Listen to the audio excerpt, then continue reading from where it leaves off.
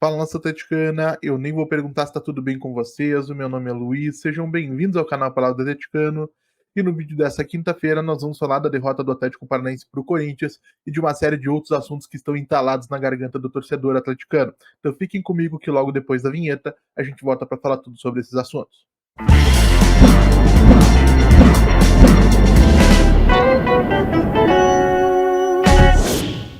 Então vamos lá para os temas do vídeo de hoje, pessoal. E eu nem vou perder muito tempo falando de Corinthians 5, Atlético Paranaense 2, partida que teve início às 20 horas dessa quinta-feira, dia 17 de outubro de 2024, lá na Neoquímica Arena, na cidade de São Paulo, e válida pela 30ª rodada do Campeonato Brasileiro. Porque o que de tão diferente eu poderia falar, gente, que a gente não disse aí ao longo de toda a temporada? Que o sistema defensivo do Atlético Paranaense é um caos, eu creio que todo mundo sabe. Eu poderia criticar aqui o Lucas Beleze, mas é justo criticar um menino que não entra em campo há 247 dias e que foi colocado na fogueira, naquela que acabou se tornando uma das partidas mais importantes da temporada até o momento, talvez a partida mais importante da temporada até o momento, valendo evitar entrar na zona de rebaixamento do Campeonato Brasileiro contra o seu ex-clube. Como é que vai se criticar um jogador de tão pouca experiência nessas condições? Foi uma irresponsabilidade do Lúcio Gonzalez, do Paulo Autuori, de quem quer que tenha tomado essa brilhante decisão de escalar o Beleza lá em São Paulo. Assim como não dá para criticar, embora merecessem, o Thiago Heleno e o Matheus Gamarra pelo jogo tenebroso que fizeram, porque observando coletivamente o time é muito exposto, o time é muito aberto, o time fica muito à mercê do adversário, completamente sufocado dentro do seu campo defensivo. Tanto é que no primeiro tempo, o Corinthians jogou o que quis com o Atlético até o momento em que relaxou e permitiu uma retomada do Atlético que terminou com a marcação de 2 gols. Mas o domínio do Corinthians foi absoluto e completo, enquanto demonstrou ímpeto e colocou a qualidade técnica dos seus jogadores a serviço de jogar futebol. E eu poderia falar, por exemplo, sobre como o Gabriel e o Eric são completamente incapazes de contribuir com a equipe quando o Atlético tem a bola, né, de encontrar bons passes, e de como a lesão do Christian, por mais oscilante que seja a temporada do Christian, acabou sepultando qualquer esperança do Atlético ter um volante com mais capacidade de construir em uma dessas duas posições. Mas isso também já é assunto batido. O Eric tem vindo muito mal com a bola, não é de hoje, inclusive atacando espaço, uma coisa que hoje ele acabou até conseguindo marcar um gol, mas vinha fazendo muito mal até isso. O Gabriel, que chegou em alguns momentos a substituir bem o Fernandinho, ainda sob o comando do Martin Varini, né? Conseguindo encontrar bons passes, inclusive fazendo o Atlético chegar ao campo de ataque pela região central do gramado, rompendo linhas com bons passes. Desde a saída do Varini, um jogador que se tornou completamente inútil ou improdutivo com a posse da bola e defensivamente perdeu muito daquilo que ele conseguia oferecer. Eu poderia falar sobre como o Nicão, apesar de ter sido decisivo hoje com a marcação de um gol, com uma assistência, não é meio-campista, não encontra os espaços para receber a bola na região central, porque percebam, o Nicão foi bem hoje, considerando o contexto, mas não foi ele que foi o desafogo da equipe, não foi ele que ditou o ritmo das jogadas. O Nicão apareceu bem como? Em que contextos foram as suas duas grandes participações? A primeira delas chegando à área adversária como um atacante, antecipando o André Ramalho depois de um cruzamento do Lucas Esquivel. E a segunda, encontrando o Eric em boas condições de finalizar sim, né, dando um passe que seria um bom passe para um meia, por exemplo, mas em que região? Do lado direito do ataque, onde ele sempre jogou. O Nicão não é meio-campista. E aí a gente viu o Lúcio Gonzalez e o Paulo Autuori, porque eu não vou excluir o Autuori dessa responsabilidade, bancar o Bruno Zapelli, acabar diminuindo a possibilidade de um João Cruz, por exemplo, entrar em campo para contribuir tecnicamente com a equipe, para encaixar forçosamente o Nicão numa posição que não é a dele. O Canobi acabou saindo lesionado, mas pouco produziu até o momento que saiu também. E o Pablo, que é o atacante mais inofensivo do elenco, porque por mais que ele corra, que ele batalhe, que ele encontre espaços, por mais que ele tenha sido relativamente preciso quando tocou na bola, né, quando tentou passes no jogo de hoje, o que o Pablo de fato produziu passando, assim, em termos de jogadas de perigo, em termos de destaques técnicos, é, nada. E chegando à área adversária, ele não leva perigo nenhum à meta do goleiro adversário. O Pablo de 2018, que tanto foi elogiado, que o torcedor lembra com tanto carinho, era um jogador que fazia sim esse papel de voltar, de participar, de abrir espaço para outros jogadores, mas que no momento de chegar à área adversária, chegava à área adversária. Tanto é que marcou acho que 18, 19 gols naquela temporada. E esse ano não, o Pablo realmente volta, luta, briga, às vezes vai bem tecnicamente, muitas vezes vai mal tecnicamente, mas em termos de ser uma ameaça à defesa adversária, não é. É um jogador completamente assim, inofensivo, inoperante nesse sentido. Tanto é que não marca um gol há meses, acho que são 5 meses sem um gol do Pablo. E, e aí, lógico, gente, diante de um Corinthians que se reforçou, né, gastou dinheiro no mercado para contratar bons jogadores, por mais que a gente possa questionar se a situação econômica do Clube Paulista deveria autorizar investimentos desse tipo, e diante de um Corinthians que tem no Ramon Dias um treinador experiente, inteligente, competente, multicampeão, como é que o Atlético vai sair de lá com um resultado positivo? Não vai. Não teria como. 5-2 acabou ficando até barato diante de algumas coisas que a gente viu dentro de campo. O Corinthians poderia ter vencido até demais, e esse revela o tamanho da nossa crise, porque o Corinthians vence o Atlético de 5-2 e não entra numa zona de classificação de Libertadores, não entra na briga pelo título. O Corinthians goleia o Atlético Paranaense por 5-2 para sair da zona de rebaixamento e empurrar o Atlético para lá. E aí, gente, eu não vou me alongar falando exaustivamente do jogo de hoje, porque eu queria citar uma série de personagens e decisões que estão entaladas na minha garganta, que imagino que na garganta de muita gente também, e pedir explicações. E lógico, não dá para começar por outro nome que não seja do presidente Mário Celso Petralha. E aí eu vou me dar o direito de ler, tá? Vou pedir licença para vocês, que eu separei, né? Roteirizei aquilo que eu gostaria de comentar, para ter certeza de não deixar nenhum ponto de fora, porque isso vai acabar sendo um vídeo importante ao longo do ano para mim. Então, presidente Mário Celso Petralha, por que que o senhor faz uso do cargo de presidente do Conselho de Administração para perseguir críticos e opositores políticos, seja impedindo o acesso de jornalistas, né, de profissionais de imprensa em entrevistas coletivas, como a gente viu na entrevista do Paulo Autuoro, onde o pessoal da Threads não foi franqueado, não foi cedido credenciamento. Eu não tive credenciamento cedido, né, embora eu particularmente nem esperava pedir por uma formalidade, mas o pessoal da Threads é muito relevante, tem quase 50 mil torcedores atleticanos inscritos no canal da Threads aqui no YouTube. Muita gente conhece, muita gente vê confiabilidade com toda a razão no trabalho deles. Por que que eles não puderam representar o torcedor na sala de imprensa e fazer perguntas importantes no lugar de um daqueles tantos jornalistas que fizeram perguntas assim, algumas até bobinhas, coisas assim que não tinham a menor importância naquele momento. O torcedor queria explicações sobre uma série de outras coisas. Ou, por exemplo, por que é que o Petralha ele usa do cargo de presidente do Conselho de Administração para penalizar, suspender sócios torcedores, né, torcedores e influências que criticam as decisões da diretoria, porque tem pelo menos um caso em andamento sobre isso. Por que que o Mário Celso Petralha, que contratou um CEO, no caso Alexandre Leitão, que é um profissional altamente desejado no mercado, e depois desliga o próprio Leitão por divergência sobre a forma de gerir o clube? Então, que incapacidade é essa de delegar responsabilidades e aceitar e respeitar decisões de outros gestores, né? Outros gestores, desculpem, e especialmente quando eles são alheios, né, externos ao grupo político do próprio Petralha. Por que é tão difícil um profissional competente, reconhecido, passar mais do que 6 meses dentro do Atlético Paranaense? Por que todos eles vão embora e todos eles dizem a mesma coisa?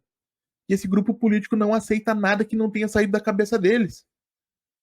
Por que que o presidente Mário Celso Petralha segue centralizando decisões, mesmo estando afastado do dia a dia do CT há meses por conta de problemas de saúde, morosidade na tomada de decisão? Isso tem, que foi? Tá tudo bem? Gente, precisei fazer um corte no vídeo, tava me excedendo, tava falando alto, vou tentar controlar o meu tom de voz. Então, sabes que essa centralização do Petralha já gerou morosidade e perdas de oportunidade nessa mesma temporada. Se o Petralha não tem condições de participar do dia a dia do clube, a gente respeita e entende isso, mas que ele delegue a alguém competente para tomar decisões e que essas decisões não precisem passar por ele a todo momento, especialmente porque ele não tem conseguido responder com a velocidade necessária. Por que que o Petralha, que realizou inúmeras promessas de glória para a temporada 2024, temporada do centenário do clube, e não, por que que não fez nenhum esforço especial para transformar essas palavras em realidade? seja dentro de campo, como equipe competitiva, que a gente tem visto que o Atlético hoje não tem, ou seja fora de campo, com celebrações, com eventos comemorativos, né? Porque o Atlético realmente, assim, falhou em todos os aspectos, inclusive as camisas do centenário, de um modo geral, são consideradas feias pela maior parte dos torcedores. E não adianta depois do desastre consolidado, o Petralha vir dizer que fez uso de uma figura de linguagem ou qualquer outro recurso similar que ele tenha usado para justificar a incompetência da diretoria nessa temporada, porque, convenhamos, ou eu não sei o que é uma figura de linguagem, ou o presidente Mário Celso Petralha não sabe. E eu tenho muita dificuldade de acreditar que uma pessoa tão letrada quanto o Petralha, tão inteligente quanto o Petralha, não saiba o que é um recurso tão básico de literatura e comunicação. Dizer que o Atlético em 2024 seria, até 2024 seria campeão do mundo, não é uma figura de linguagem, pelo amor de Deus. Porque o Petralha, que manteve o Atlético sem diretor técnico por mais de um ano completo entre a saída do Luiz Felipe Scolari, e não adianta vir depois falar em mágoa também e traição para justificar, porque por mais reprovável que tenha sido a conduta do Filipão na sua saída, né, o fato de ele ter negado a todo momento que negociava com o Atlético Mineiro, o Petralha já é uma pessoa assim, um menino bem grandinho, né, 80 anos de idade, e ele tem que entender que nessas horas a gente precisa engolir o choro e fazer aquilo que o cargo exige, que é contratar um novo profissional para comandar o departamento de futebol, porque ninguém lá dentro tem essa competência. Isso já foi demonstrado em mais de uma ocasião. E não é porque o último diretor deixou o clube de maneira negativa que um departamento estratégico para o sucesso do clube deve ficar sem liderança por tanto tempo. E mais, quando o Petralha resolveu finalmente, depois de mais de um ano, trazer um novo líder para o departamento de futebol, um novo diretor técnico, vai se resgatar das trevas, né, da história do Atlético, da história recente do Atlético Paranaense, o Paulo Autuori. O Paulo Autuori, que por mais competente que seja, por mais inteligente que seja, não estou aqui questionando a capacidade do Paulo Autuori, mas por que é que o Atlético vive nesse ciclo eterno de trazer e recontratar profissionais? Por que a gente não pode ir ao mercado em busca de alguém novo, com novas ideias, e trazer alguém que possa realmente colaborar com alguma coisa que ainda não existiu dentro do CT? É muito frustrante para mim ver esse ciclo sem fim de gente entrando e saindo do Atlético, né? E isso vale para dentro de campo também. Pablo saiu e voltou, Nicão saiu e voltou, Matson saiu e voltou. Enfim, N exemplos. O próprio Lúcio saiu como auxiliar, né, no momento em que o Alberto Valentim foi demitido, no começo de 2022, e agora volta como treinador, mesmo não tendo tido um único trabalho como treinador de relevância desde que ele deixou o clube. Isso não faz o menor sentido. Então, a diretoria precisa explicar algumas coisas. O torcedor não aguenta mais. E o presidente Marcelo Petralli que decidiu, de maneira consciente, não agir, não atuar no último mercado de transferências, mesmo o elenco do Atlético Paranaense apresentando alguma série de lacunas graves e que absolutamente qualquer pessoa leiga em futebol conseguia perceber. E aí não adianta vir falar, como disse o autor em entrevista coletiva recente, de contratar por contratar, de contratar sem modelo de jogo, porque sim, eu entendo que realmente tudo aquilo que o autor trouxe como justificativas para não se contratar acaba auxiliando ou possibilitando que algumas peças façam um maior sucesso. Agora, para um elenco como o do Atlético que era limitado e perdeu uma série de peças, contratar não era uma questão de reforçar, era uma questão de minimamente repor, pelo menos. E nem isso foi feito. Tá aí um elenco extremamente curto, causando a situação que a gente viu hoje. Um Lucas Beleze com pouquíssima rodagem no futebol profissional, que não entrava em campo há 247 dias, sendo titular numa partida de vital importância. Por quê? Porque o Atlético não foi ao mercado em busca de um zagueiro. Né? E quando foi, buscou o Marcos Victor, que foi preterido em relação ao próprio Lucas Beleze. E muito se fala, né, a diretoria dá como justificativa oficial para essa falta de investimento a questão do pagamento, da antecipação do pagamento de uma quantia significativa relativa ao financiamento da Liga Arena. Agora, o momento em que isso aconteceu, né, pouco depois da saída do Cuca, né, que gerou toda aquela revolta no Petralha, frustração, decepção, traição, todo aquele discurso que todo mundo já conhece, e acaba me fazendo me questionar se não foi a decepção com o Cuca que justificou ou que motivou esse cancelamento da intenção de investir no mercado, porque ao Cuca sim foram feitas promessas de que haveria investimentos. Talvez não aqueles que o Cuca imaginava, mas que haveria investimentos, e depois que o Cuca saiu não houve nada. Então seria essa mais uma decisão do Petralha movida por emoções, por mágoas, por frustrações, porque não é papel do presidente, isso é papel de torcedor. O torcedor tem o direito de ficar magoado, frustrado, fazer birra. O presidente tem que fazer aquilo que é melhor para o clube, independentemente de quem seja o seu treinador, né? O aí falando então de outros personagens, o próprio Márcio Lara, que é braço direito do presidente Petralha e é aliado político de longa data do Petralha, que sempre que o clube não tem um diretor técnico de futebol, sempre que não tem um profissional responsável pelo setor do futebol, acaba assumindo um papel de destaque no departamento, mas que quando a crise chega, como aconteceu esse ano, mesmo antes da chegada do Autuori, e quando questionado, ele se esconde atrás do cargo de diretor financeiro, falando como se o futebol não tivesse nada a ver com ele.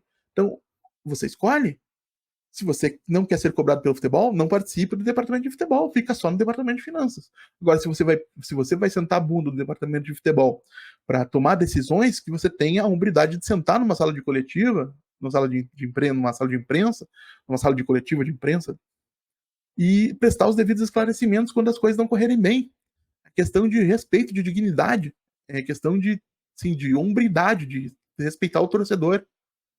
O Paulo Autuori, né, que chegou recentemente ao clube, mas que promoveu a milionésima reformulação do departamento de futebol do Atlético. Ninguém aguenta mais reformulação. Vamos começar a construir alguma coisa de médio e longo prazo, sabe? Isso tem valor. Parece que todo profissional que entra no Atlético traz junto consigo uma renca, né, uma turma de sua confiança, e que quando esse profissional vai embora, vai todo mundo embora e o Atlético se vê de novo tendo que recomeçar do zero. Que os profissionais que estejam no Atlético sejam do Atlético.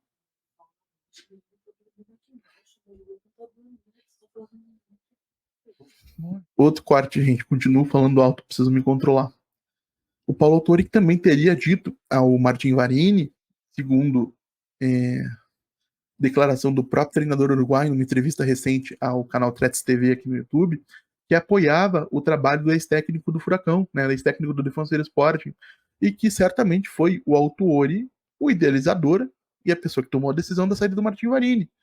E eu respeito quem pensa diferente, mas foi o Martin Varini quem fez o Atlético jogar o melhor futebol em 2024. Não nos esqueçamos que o Cuca entregou o Atlético no playoff da Copa Sul-Americana, em desvantagem na eliminatória contra o Ipiranga na Copa do Brasil, e em franca decadência no Campeonato Brasileiro, né? Vamos nos lembrar dos 3 empates consecutivos sofridos nos minutos finais. E tudo isso por qual motivo? Né? Por que o Lúcio acabou sendo escolhido para voltar ao Atlético? Porque ele conhece o clube, como foi declarado pelo próprio Autuori nessa mesma entrevista que eu mencionei recentemente? Ou será que é porque a presença do Lúcio aumenta o poder de influência do próprio Autuori no dia a dia do trabalho?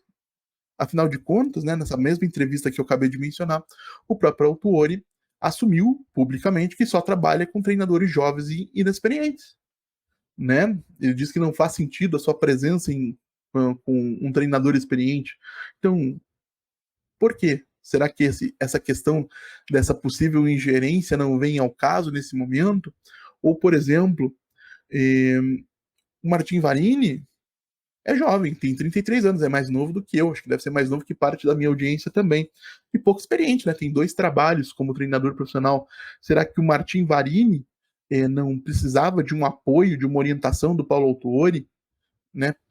Ou será que essa saída tem mais a ver com a vontade do Autuori de resgatar esse modelo de jogo pobre que a gente tem visto desde a saída do Uruguai? O famoso, né, o famigerado saber sofrer que os treinadores brasileiros da velha guarda tanto gostam. Deixa eu ver aqui. E também não dá para deixar de falar das lideranças do elenco do Atlético, que de uma forma ou outra minaram os trabalhos de muitos treinadores que passaram pelo clube recentemente. Porque sempre tem uma reclamação. Um técnico treina demais, outro técnico treina de menos. Um terceiro técnico, esse é muito ofensivo, deixa a equipe exposta. Um quarto técnico, esse é muito defensivo, a gente quer jogar com a bola.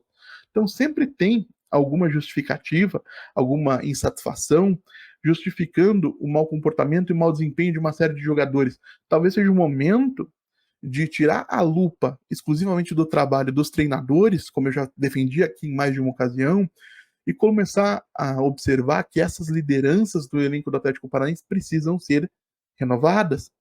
E é escolher um ou dois jogadores desse grupo para comandar, para manter um mínimo de coesão no vestiário, né? Principalmente, por exemplo, um Fernandinho, se quiser continuar jogando, que é um jogador importante, eventualmente um Tomás Coelho, um jogador que já está aqui há alguns anos, mas que vem numa fase técnica interessante, e o resto, gente, rua, sabe? Que vão procurar outros lugares. Eu tenho certeza que a grande maioria deles pode sim se encaixar bem em alguns outros clubes, mas aqui no Atlético a presença deles se tornou um fardo para o clube.